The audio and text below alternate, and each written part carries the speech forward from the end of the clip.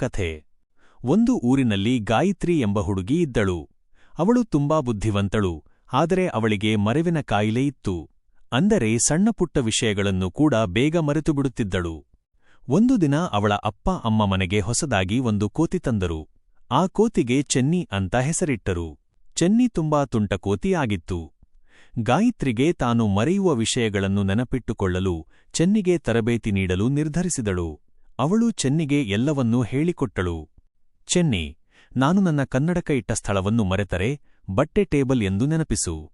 ಚೆನ್ನಿ, ನಾನು ನನ್ನ ಚಪ್ಪಲಿಗಳನ್ನು ಎಲ್ಲಿ ಬಿಟ್ಟಿದ್ದೇನೆ ಎಂದು ಮರೆತರೆ ಹಿತ್ತಲು ಎಂದು ನೆನಪಿಸು. ಒಂದು ದಿನ ಅಪ್ಪ ಅಮ್ಮ ಊರಿಗೆ ಹೋಗಬೇಕಾಯಿತು. ಹಾಗಾಗಿ ಗಾಯತ್ರಿಯ ಜವಾಬ್ದಾರಿ ಚೆನ್ನಿಗೆ ಬಂತು. ಅಪ್ಪ ಅಮ್ಮ ಹೊರಡುವಾಗ ಗಾಯತ್ರಿ, ಬಾಗಿಲಿಗೆ ತಾಳು ಹಾಕಿ ಕೀಲಿ ಕಂಬದ ಮೇಲೆ ಇಡು ಅಂತ ಹೇಳಿದ್ದರು. ಅಪ್ಪ ಅಮ್ಮ ಹೋಗಿ ಸ್ವಲ್ಪ ಹೊತ್ತಾಯಿತು.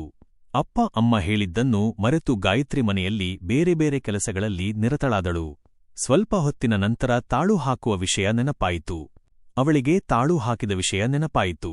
ಆದರೆ ಕೀಲಿ ಎಲ್ಲಿ ಇಡಬೇಕು ಎಂದು ಮರೆತುಬಿಟ್ಟಳು. ಚೆನ್ನಿ, ಕೀಲಿ ಎಲ್ಲಿ ಇಡಬೇಕು ಅಂತ ಅಪ್ಪ ಅಮ್ಮ ಹೇಳಿದ್ರು, ನಂಗೆ ನೆನಪಾಗ್ತಿಲ್ಲ, ಏನಾದ್ರೂ ನೆನಪಿದ್ರೆ ಹೇಳು ಅಂತ ಗಾಯತ್ರಿ ಕೇಳಿದಳು. ಚೆನ್ನಿ ತುಸು ಸಮಯ ಯೋಚಿಸಿತು. ನಂತರ ಕಂಬದ ಮೇಲೆ ಎಂದು ಹೇಳಿತು. ಗಾಯತ್ರಿಗೆ ಸಂತೋಷವಾಯಿತು. ಅವಳು ಕೀಲಿಯನ್ನು ತೆಗೆದುಕೊಂಡು ಕಂಬದ ಮೇಲೆ ಇಡಲು ಹೋದಳು. ಆದರೆ ಕಂಬ ತೂತಾಗಿ ಇತ್ತು.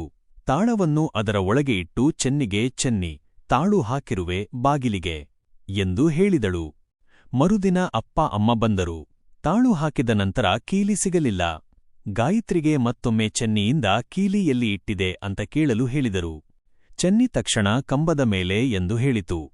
ಅಪ್ಪ ಅಮ್ಮ ಕೋಪದಿಂದ ಗಾಯತ್ರಿಯನ್ನು ಕಂಬದ ಮೇಲೆ ಕೀಲಿ ಇದೆಯೇ ಎಂದು ಕೇಳಿದರು. ಗಾಯತ್ರಿ ನಗುತ್ತಾ, ಇಲ್ಲಪ್ಪ, ಕಂಬ ತೂತು ಇತ್ತು, ತಾಳು ಹಾಕಿರುವೆ ಎಂದು ಹೇಳಿದಳು. ಅಪ್ಪ ಅಮ್ಮ ಇಬ್ಬರೂ ನಕ್ಕರು. ಗಾಯತ್ರಿ ಮತ್ತು ಚೆನ್ನಿ ಕೀಲಿ ಮತ್ತು ತಾಳು ಹುಡುಕಲು ಶುರುಮಾಡಿದರು.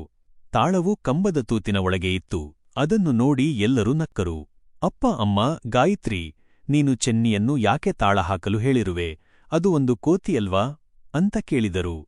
ಅಪ್ಪ ಅಮ್ಮ, ಚೆನ್ನಿಯು ಬುದ್ಧಿವಂತ ಕೋತಿ, ನನ್ನನ್ನು ನಗಿಸಿತು ಮತ್ತು ತಾಳು ಎಲ್ಲಿ ಇಟ್ಟಿದೆ ಅಂತ ನೆನಪಿಸಿತು. ಇದು ಕೋತಿ ಮಾಡಿದ ದೊಡ್ಡ ಹಾಸ್ಯ ಎಂದು ಗಾಯತ್ರಿ ನಕ್ಕಳು. ಈ ಕಥೆ